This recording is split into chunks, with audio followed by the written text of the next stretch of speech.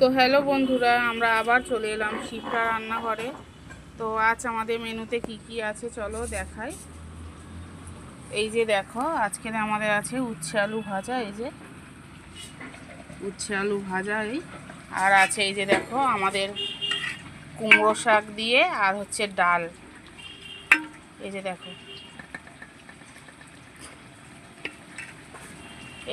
এইটা হচ্ছে গিয়ে আমরা বসিয়েছিলাম এই গাছটা, কুমড়ো হচ্ছে না দেখে কুমড়ো শাকটাই কেটে খেয়ে নিচ্ছি। দেখো এই যে, আর আমাদের কাস্টমারদেরও দিচ্ছি। এই যে দেখো, তো এই যে দেখো, আর আমাদের হয়েছে ফুলকপি আলুর তরকারি। এই যে দেখো, দেখতেই পাচ্ছ তোমরা, এই যে ফুলকপি আলুর তরকারি হচ্ছে।